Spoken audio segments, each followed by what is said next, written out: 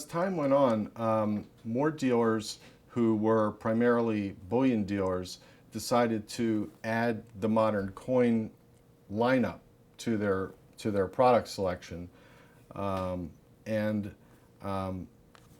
after a couple of years of that, the product became more widely available, and we took a step back, took a look, and said, okay, so this kind of makes sense. I understand why they would do that. They're very related, modern coins and bullion, because many, if not most, of the modern coins are bullion related, semi-numismatic, if you will.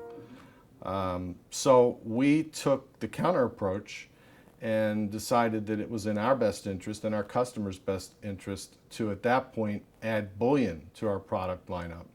So now, to where we're at a point that while modern coins is, was, and always will be what we're best known for and our primary product, we now have a full line of bullion products as well. And the challenges are many. There's many variables. The prices are constantly changing. If you maintain a large inventory, as we do, it's necessary to hedge your position, or you'd be subject to very large losses in market declines. So essentially, the margin for error here doesn't exist.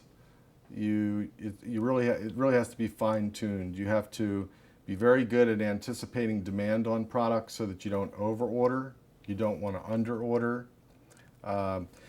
There's a fraud element, which is really an issue for anyone that sells modern coins and bullion. In the early days, when we might have 50 to 100 orders in a day, we didn't see too much of it. But at this point, when you're processing anywhere from 500 or 600 orders on a slow day to, say, 1,200 orders on a busy day, we see quite a bit of fraud. It makes sense because we sell a product that is in many ways a cash equivalent. And because of that, we actually have one full-time employee whose job is nothing else other than to examine orders and evaluate the potential for fraud. We've had some days where we've had a dozen fraudulent orders in one day. So this is a challenge, and it is not something that a company or a startup could really tackle without having a considerable amount of experience in knowing how to deal with it. Customers, because we are still essentially retailers, even though we are discount by far, if not wholesale retailers, many of them are inexperienced. So it's a challenge to deal with people on a daily basis that are not really sure about what they're doing. And our policy is not to make recommendations, but to do our best to provide the information so that they can make their own intelligent and informed choice. There's a lot for a buyer to be leery about, to be concerned about when making purchases.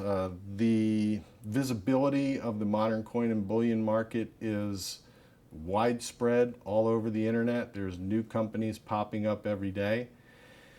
And what concerns me to a great deal is it's easy to create an image, but really, is it more than an image, or is it just an image?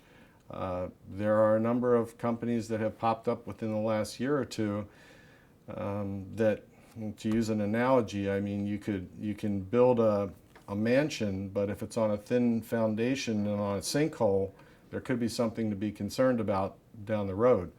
A lot of the newer startups actually don't own their inventory. It's completely or mostly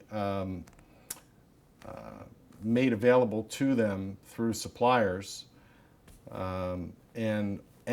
or they actually just place the order after they get the order.